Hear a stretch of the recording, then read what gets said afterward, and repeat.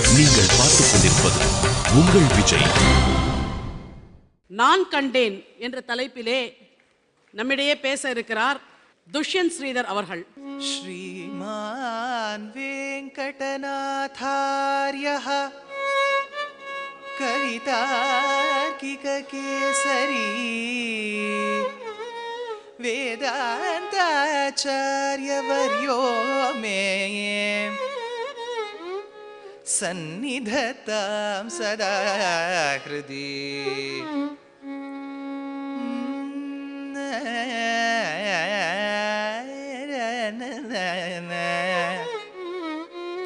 லக்ஷ்மீ நேத்ரோத்பல ஸ்ரீ சதத பரிச்சய தேச சம்வர்தமானோ நாபி நாளீகரிங்கன் மதுகர படலி தத்தஹஸ்தாவலம்பஹ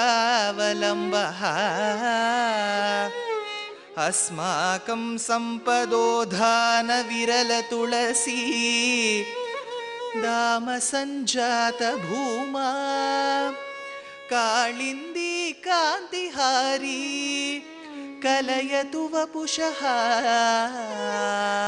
कालिमा कैटभारे कालिमा कैटभारे. ஸ்ரீயப்பதியான எம்பெருமான் ஸ்ரீமன் நாராயணன் அவன் ஸ்ரீவைகுண்டம் என்று சொல்லக்கூடிய 5 நிலைகளில் ஒன்றான பரம் என்னும் இடத்தில் சேவை சாதிக்கின்றான். லக்ஷ்மியா சமாலிங்கித வாமபாகம், இடையில் லக்ஷ்மியை பிடிச்சென்றிருப்பர் பெருமாள். பெருமாள் கரியான் ஒரு காளை, கண்ணன் என்னும் கருந்தெய்வம்னு ஆண்டாள் சொல்லியிருக்கா. பெருமாள் அப்படி கருப்பா இருக்கார் அப்படின்னு கேட்டா எதனால கேள்வி வரலாம் இல்லையா? அதற்கு சுவாமி தேசிகன் தத்துவமுக்தா கலாபம் அப்படின்ற ஒரு கிரந்தத்துல மங்கள ஸ்லோகத்துல சாதிக்கிறார். பெருமாள் வேற நிறமா இருந்திருக்கலாம், அவர் கருப்பானத்துக்கு காரணம் சொல்றார். சகபத்னியாம் விசாலாக்ஷ்யாம் நாராயணம் உபாகமத்துன்னு ஸ்ரீமத் ராமாயணத்துல ஒரு வரி. அதாவது பட்டாபிஷேகத்துக்கு முன்னாள் வசிஷ்டர் சொல்லி வச்ச பேருல ராமன் தான் சீதையோடு சென்று ரங்கநாதனை ஆராதித்தான். இன்று காவேரி மத்திய தேசேன்னு இருக்கக்கூடிய ஸ்ரீரங்கத்தில் இருக்கக்கூடிய பகவான் அன்று இக்ஷ்வாகு குல தனமாக அயோத்தியால இருந்தார். அவர்தான் அந்த மன்னர்களுக்கு குலதெய்வம். அந்த குலதெய்வத்தை ஆராதிப்பதற்காக சென்றான் இராமன். பக்கத்துல சீதையும் போனா. சீதைக்கு நிறைய பெயர் உண்டு, வைதேகி, மைதிலி, ஜானகின்னு சீதைன்னும் இருக்கு. இப்போ சகபத்னியாம் வைதேஹியா அப்படின்னு இருந்திருக்கலாம், இல்லாட்டா ஜானகியா, ஏதோ ஒரு பேர் இருந்திருக்கலாம். ஆனால் அந்த இடத்துல வால்மீகி போட்ட பதம் என்ன தெரியுமோ? சகபத்னியாம் விசாலாக்ஷ்யாம் அப்படின்னு போட்டார். பெரிய கண் உடையவள் அப்படின்னா எதுக்கு சொல்றார் அப்படின்னு கேட்டா, பொதுவாக லக்ஷண சாஸ்திரப்படி கண்கள் பெருசா இருக்கணும் அப்படின்னு பெரியவா சொல்லுவா. அது சாஸ்திரத்திலையும் இருக்கு. அதனால மகாலட்சுமியான சீதைக்கு கண்ணு பெருசா இருக்குமா. எவ்வளவு பெருசுன்னு கேட்டா, இந்த உலகத்தையே சம்ரட்சிக்க கூடிய அளவுக்கு பெரியதான கண்கள். கண்ணின் பார்வை தீக்ஷணமா தெரியணும்னா மை தீட்டிப்பா, அஞ்சனம்னு பேர் அதுக்கு. இது சாதாரண கண்ணுக்கே இத்தனை தீட்டிக்கணும்னா உலகத்தையே சம்ரட்சிக்க கூடிய தாயார் எவ்வளவு தீட்டிக்கணும். அதனால உலகத்துல இருக்க மையான கருப்பெல்லாம் தாயின் கண்கள்ல இருக்கு. பெருமாளுடைய அழகோ சொல்ல ஒண்ணாது. மன்மத மன்மத மன்மத மன்மதனுக்கெல்லாம் மன்மதன் பகவான். அந்த பெருமாளோட மடியில உட்கார்ந்துட்டு இருக்காளா தாயார், அந்த பெருமாளை பூர்ணமா கட்டாட்சிக்கிறாளாம், பார்க்கறாளாம். பார்க்கும்போது அந்த பெருமாளுடைய சௌந்தர்ய லாவண்யத்துல மயங்கின தாயார் ஒரு ஆச்சரியத்தால தன் சாதாரணமாகவே பெரிதாக இருக்கக்கூடிய கண்களை இன்னும் பெருசுப்படுத்தின்றாளாம். இல்லையா? ஆச்சரியத்துல கண்ணு பெருக்குமோனோ. எப்பவுமே ஒரு விஷயம் விரிஞ்சுடுத்துன்னு வச்சுக்கோங்க, அந்த இடத்துல இருக்கக்கூடிய நிறத்தின் ஒளி தெரிக்கும். அவள் கண்ணில் போட்டு இருக்கிறதெல்லாம் மை, நிறைய மை, பெரிய கண், நல்ல ஆச்சரியத்தில் பெழுத்துது. அந்த கண்ணில் இருக்கக்கூடிய மையின் கருப்பெல்லாம் பெருமாள் மேலே பட்டு அவர் கருப்பாக போயிட்டாராம். அதுதான் இந்த ஸ்லோகத்து அழகே. காளிந்தி காந்திஹாரி கலயது வபுஷா காளிமா கைட்டபாரேங்கிறார். இதெல்லாம் இருக்கட்டும் சுவாமி, அவர் இருக்கக்கூடிய நிலை பரம். பரம்ல பகவான் இப்படி லக்ஷ்மியா சமாலிங்கித வாமபாகம்னு இருந்தால் அந்த அழகையெல்லாம் அவர்கள் சேவித்து கொள்ளலாம். சதா பஷ்யந்தி சூரையா, அங்கு இருக்கக்கூடிய நித்திய சூரிகள் சேவித்து கொள்ளலாம். இங்கு நாம் எப்படி சேவிக்க என்று கேட்டால் கூரத்தாழ்வான் சொல்றார், அதிமானுஷீல விருத்த வேஷைஹி அதிவிருத்தாமர விக்ரம பிரதாபைஹி அதிலங்கித சர்வலோக சாமியம் வரயே வைஷ்ணவ வைபவாவதாரம். பெருமாள் அங்கு இருக்கார் அப்படின்னா அங்கு இருப்பவன் தான் இங்கு ராமனாய் கிருஷ்ணனாய் அவதரித்தான். மீனோடு ஆமை கேழல் அரிகுரலாய் முன்னுவிராமனாய் தானாய் பின்னுவிராமனாய் தாமோதரனாய் கற்கியுமானான்னு ஆழ்வார் சாதித்த விதத்தில் எவ்வளவோ அவதாரங்கள் மேற்கொண்டிருக்கின்றான். அதுல இன்றளவும் என்றும் எவர் கிரீன்னு சொல்லுவா பாருங்கோ, இருக்கக்கூடிய அற்புதமான ஒரு அவதாரம் தான் கிருஷ்ணாவதாரம். அந்த கிருஷ்ணாவதாரத்தை எங்கேந்து ஆரம்பிச்சு எங்க முடிக்கணும்னே தெரியாது, அனாதி அப்பௌருஷேயம்னு வேதத்துக்கு சொல்லுவா. ஒருவேளை கிருஷ்ணாவதாரமும் அப்படிதானோன்னு தோன்ற அளவுக்கு பகவான் ஆழ்வார் நம்மாழ்வார் இருந்தார். உண்ணும் சோறும் பருகும் நீர் தின்னும் வெற்றிலையும் எல்லாம் கண்ணன் இருந்தார். அந்த கிருஷ்ணன்னு நம்ம எப்படி இருக்கு, நமக்கு உண்ணுவது சோறு, பருகுவது நீர், தின்னுவது வெற்றிலை, நேரம் இருந்தால் கண்ணன். ஆனா ஆழ்வாருக்கு உண்ணுவது கண்ணன், தின்னுவது கண்ணன், பருகுவது கண்ணன், எல்லாம் கண்ணன் என்னே இருந்தார். அப்பேற்பட்ட ஆழ்வார் ஒரு இடத்துல மூர்ச்சையாயிட்டாராம். பிறந்தவாறும் வளர்ந்தவாறும்னு சொன்னான்.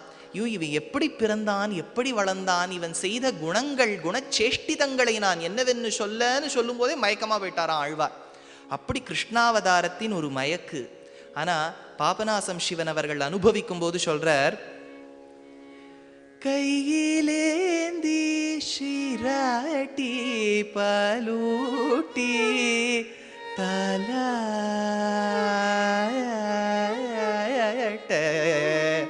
என்ன தவம் செய்தனை யசோதா எங்கும் நீரை பரபிரம்மம் அம்மா வென்றழைக்க என்ன தவம் செய்தனை. அந்த இடக்கை வலக்கை ஆச்சாரம் தெரியாதவள். ஈடு 36,000 படின்னு வியாக்கியானம் உண்டு ஸ்ரீ திருவாய்மொழிக்கு, பகவத் விஷயம்னு சொல்லுவா. அதில் 1 5வது திருவாய்மொழிக்கு வியாக்கியானம் சாதிக்கும் போது ஈடுல நம்பிள்ளை சாதிக்கிறார், அந்த ஆயர்பாடியில் இருந்த கோப ஸ்திரீகள் எல்லோரும் இடக்கை வலக்கை ஆச்சாரம் தெரியாதவர்களாம். லெஃப்ட் ரைட் இது எங்களுக்கும் தெரியறது இல்லை, அவளுக்கும் தெரியலை. அதனால நம்ம சொல்லிக்கலாம், நம்ம அவ பரம்பரையில் வந்தவா அப்படின்னு வேணா அந்த ஒரு பெருமைக்காக சொல்லிக்கலாம். இடக்கை வலக்கை ஆச்சாரம் தெரியாதவர்கள் கோபஸ்திரீகள். மத்தொன்னு, கார்த்திகைக்கு கார்த்திகை நாள் உடம்பு விட்டு தலை குளிப்பாராம் இவர்கள். வருஷத்துல ஒரு நாள் தான் தண்ணி சேமிப்புன்னு அவ தான் முதல்ல பண்ணி காமிச்சிருக்கா. வருஷத்துல ஒரு நாள் தான் குளிக்கிறது. கார்த்திகை மாசம் கார்த்திகை நட்சத்திரத்துல குளிப்பாளாம்.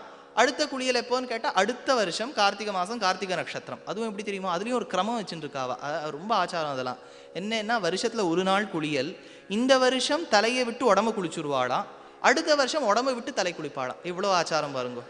அதனால அப்பேற்பட்ட ஆச்சாரசீலர்கள்னு நம்ம சும்மா ஒரு கேலிக்காக சொல்லலாம். ஆனால் பகவான் அவா நடுவில் அவதரிச்சான்னா பகவான் அதெல்லாம் பார்ப்பது இல்லையோ என்னமோ நமக்கு தோன்றது. நீங்கள் பார்த்துக் கொண்டிருப்பது உங்கள் விஜய். அவர் பார்ப்பது பக்தியா இருக்கலாம், பக்தி தான் இருக்கலாம், என்ன பக்தி தான்.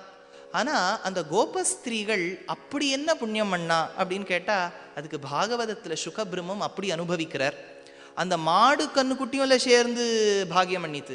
அதனால அந்த பாக்கியம்ங்கிறது ரொம்ப அதி முக்கியம். ஏன் அவ எதுல மயங்கி போனான்னு கேட்டா வடிவழகு.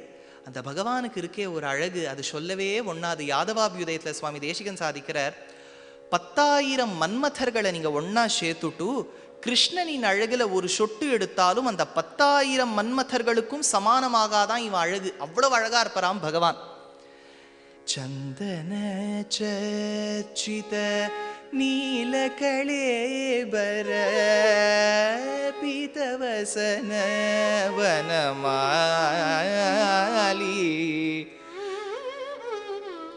கேலிச்சலன் மணிகுண்டலமண்டித கண்டயுக ஸ்மிதசாலி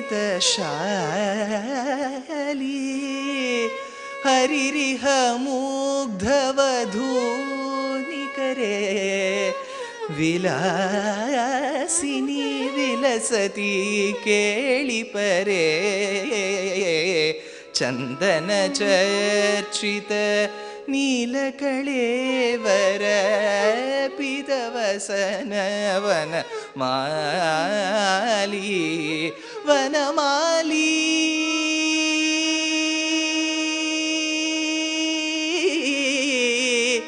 வனமாலி. அப்படி ஒரு அனுபவம் கிருஷ்ணனின் அழகுல. அந்த கிருஷ்ணன் அழகுல ஈடுபடாதவா யார் இருக்கா? இது கிருஷ்ணரை பத்தி அற்புதமான ஒரு கட்டம் ஸ்ரீமத் பாகவதத்துல இருக்கு. தசமஸ்கந்தத்துல கிருஷ்ணர் ஒரு நாள் தன் தாய்கிட்ட சொன்னாராம், அசோதையே, அம்மா எனக்கு வயசு 7 ஆயிடுத்து, நான் போய் சம்பாதிக்க போகணும்னு நினைக்கிறேன். அம்மா சொன்னாலும், உனக்கு என்ன தெரியும் சம்பாதிக்க? உபன்யாசம் தெரிஞ்சாலா சம்பாதிக்கலாம்? உபன்யாசமும் உனக்கு சொல்ல தெரியாது, உன்னை பற்றி இல்லை உபன்யாசம் சொல்கிறா, அதனால நீ என்னடா போய் பண்ணுவேன்னா, நான் மாடை மேய்ச்சுட்டு வருவேம்மான்னு சொன்னானாம். மாடை மேய்ப்பியாடா கண்ணானின்னு சொல்லும்போது, அம்மா மேய்ப்பேன். இவன் ஒரு விஷயம்னு சொல்லிட்டா சாஸ்திரமே எழுதுறது, வேதாத் சாஸ்திரம் பரம் நாஸ்தி நதைவம் கேசவாத் பரம். வேதத்தை காட்டிலும் ஒரு உயர்ந்த சாஸ்திரம் கிடையாது, கேசவனான கண்ணனை காட்டிலும் ஒரு சிறந்த தெய்வம் கிடையாது. சிறந்த தெய்வமான கண்ணன் ஒரு வார்த்தை சொன்னா அதுவே வேதமாயிடுறது. அம்மா என்ன சொல்ல முடியும்? போயிட்டு வான்னு சொன்னா. ஆனா அவளுக்கு ஒரு ஆதங்கம், நீ மத்தியாகனம் அந்த மாடெல்லாம் மேய்ச்சுட்டு இருக்கும்போது உனக்கோ பசி எடுக்கும், பசி எடுத்துட்டா நீயோ பசி பசின்னு அடிச்சுப்ப. ஏன்னா ராமர்னா ஜிம் பாடி நல்லா மெயின்டைன் பண்ணியிருப்பார். கிருஷ்ணர் இருக்கார் பாருங்கோ, மன்னார்குடி ராஜகோபாலனுடைய உற்சவரை நீங்க சேவிச்சிருந்தேள், கிருஷ்ணருடைய அழகு தெரியும், கொழு கொழுன்னு இருப்பார். அத்தனை அற்புதம் அந்த பெருமாள். அதனால ஊர் முழு இல்லை இருக்க வெண்ணையெல்லாம் அவர் திருமேனி இல்லைன்னோ இருக்கு, அதனால கொழு கொழுன்னு இருப்பார், பசிம்பர். என்ன பண்றது? அதனால அவ என்ன பண்ணாலாம், சாதத்துல நன்னா பாலை விட்டு கலந்தாளாம்.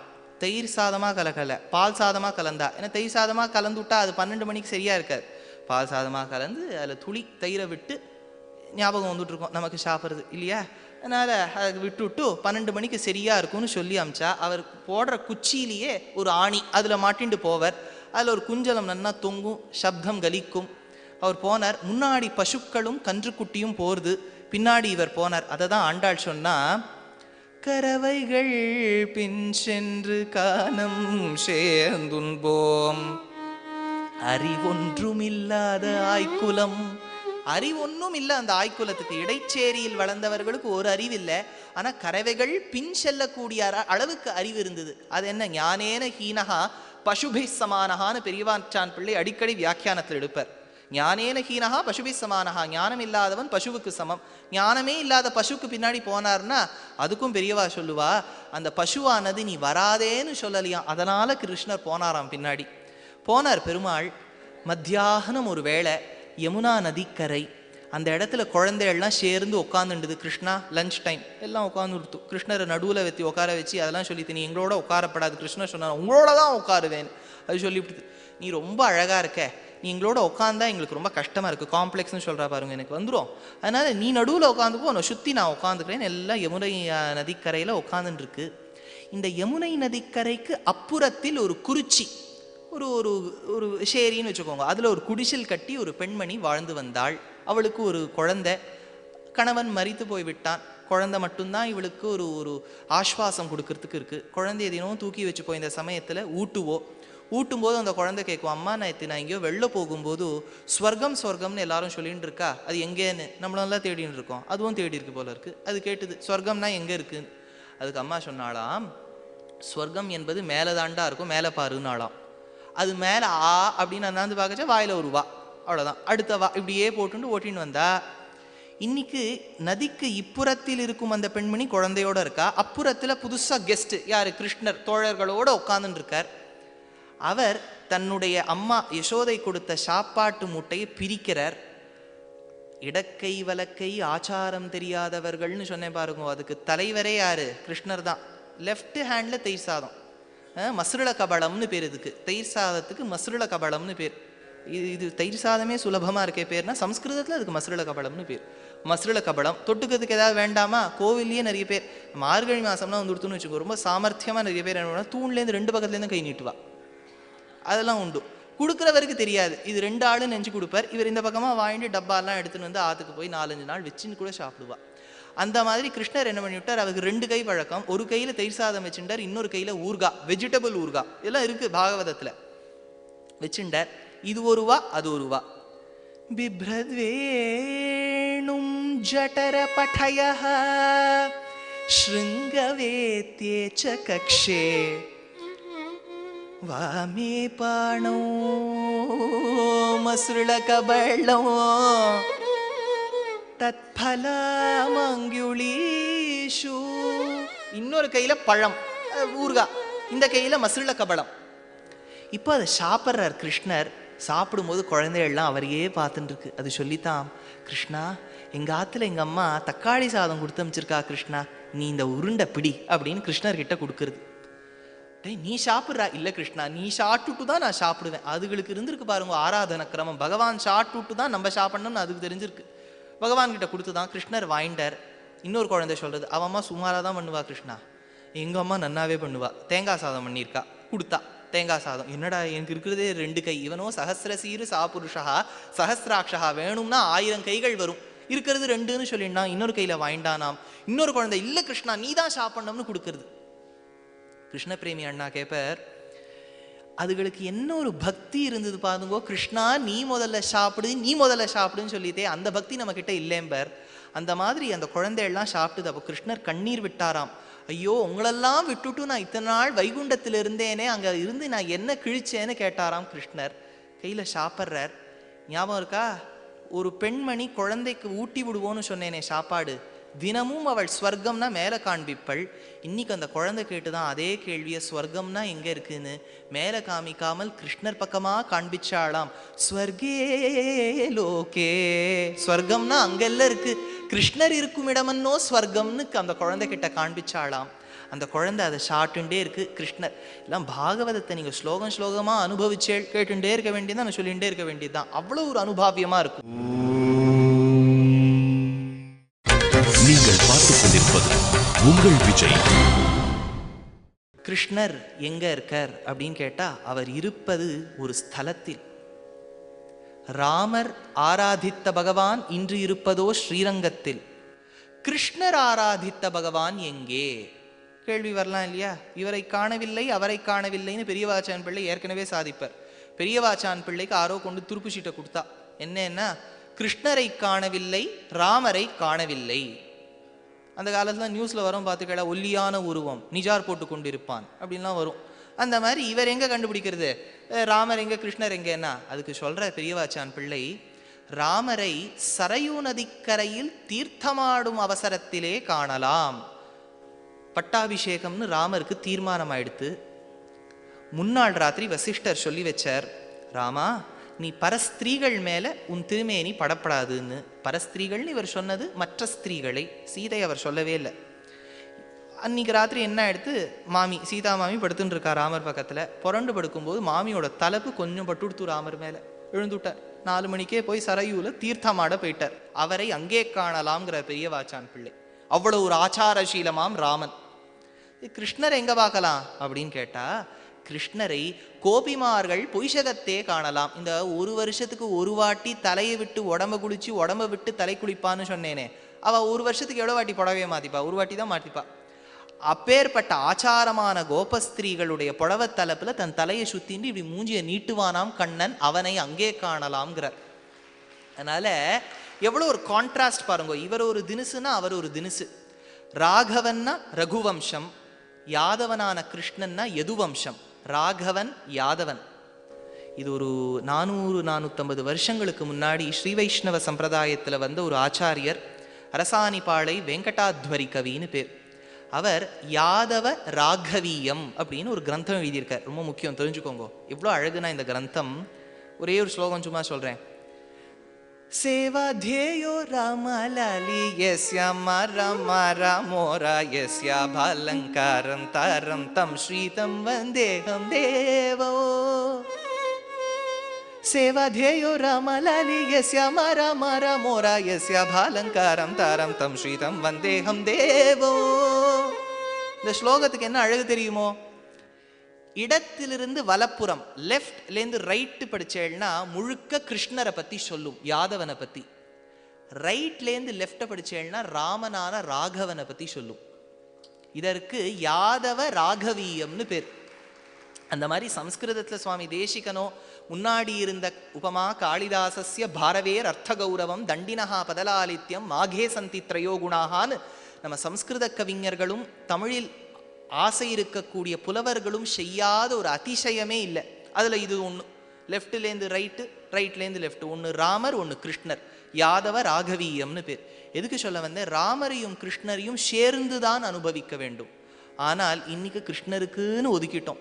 எதுக்கு நான் சொல்ல வந்தேன்? அந்த கிருஷ்ணர் அவதாரம் முடிகிற சமயத்தில் குருவையும் வாயுவையும் அழைத்தாராம். குரு வாயு, என்னுடைய விக்கிரகம் ஒன்று இருக்கின்றது, இதை நன்னா ஒரு திவ்ய தேசத்தில் போய் பிரதிஷ்டை பண்ணிட்டு வாங்கோ அப்படின்னு அவர் சொன்னார். இவரும் எடுத்துட்டு ஊர் ஊரா போறா. நோ வேகன்சி, எல்லா இடமும் ஃபுல்லாக இருக்குது, எல்லாம் ரெஜிஸ்டர்ட். எந்த ஊருக்கு போவா? போனதே ஒரு ஊர், அதற்கு மம்மியூர்னு பேர். இந்த மம்மியூரில் சிவபெருமான் ஒரு கோயில் கொண்டிருக்கார். மம்மியூருங்கிற ஊரில் சிவபெருமான் கோயில் கொண்டிருக்கார். அவர் சொன்னாராம், நான் இருக்கச்ச எதுக்கு கவலைப்படுறேள், இந்த ஊரில் ஓரமாக ஒரு இடம் கொடுக்குறேன், நீங்கள் கோவில் கட்டி இருங்கோன்னு. இந்த கிருஷ்ணருக்கு மட்டும் யாரும் இடமே கொடுக்கப்படாது. கொடுத்தான்னு வச்சுக்கோங்க, அவா இடத்தையும் சேர்ந்து வாங்கிட்டுருவார். இது இன்னைக்கும் நீங்கள் கும்போணத்துக்கு போனேன்னா சாரங்கபாணி கோவில்னு உண்டு. ஆறாவமுதன்னு பேர் அந்த பெருமாள். அம்மா மலர்கண் வளர்கின்றானே என்னான் செய்கேன்னு ஆழ்வார். அவ்வளோ ஒரு பெருமாள் அழகாக சயனிச்சுட்டு இருப்பார். அந்த இடத்துல பெருமாள் சயனிச்சுட்டு இருக்கார். அவர் வந்ததுக்கு காரணம் என்னன்னா, அவரும் இடம் கேட்டு வந்தார். அந்த ஊரில் ஒரு சிவபெருமானின் கோவில் சோமேஸ்வரன்னு பேர். அவர் என்ன பண்ணி விட்டார், இந்த சாரங்கபாணிக்கு பாவம் ஏதோ கேட்டு வந்திருக்காரு, படுத்துக்கணும்னு வேற சொல்கிறார். பெருமாள் எந்த இடத்துக்கு போனாலும் படுத்துன்றுவார். உறங்குவது போல் யோகு செய்யும் பெருமாள்னர் ஆழ்வார். அதனால் எங்கே போனாலும் படுத்துன்றுவார். இடம் கேட்டார். சோமேஸ்வரனும் பார்த்து கொஞ்சம் இடம் எடுத்துக்குமேன்னு சொன்னார். என்ன எடுத்து இவர் எக்ஸ்பான்ஷன் ரெனோவேஷன் போட்டு சோமேஸ்வரரின் கோவிலில் இருக்க இடத்த கூட வாங்கினுட்டார்.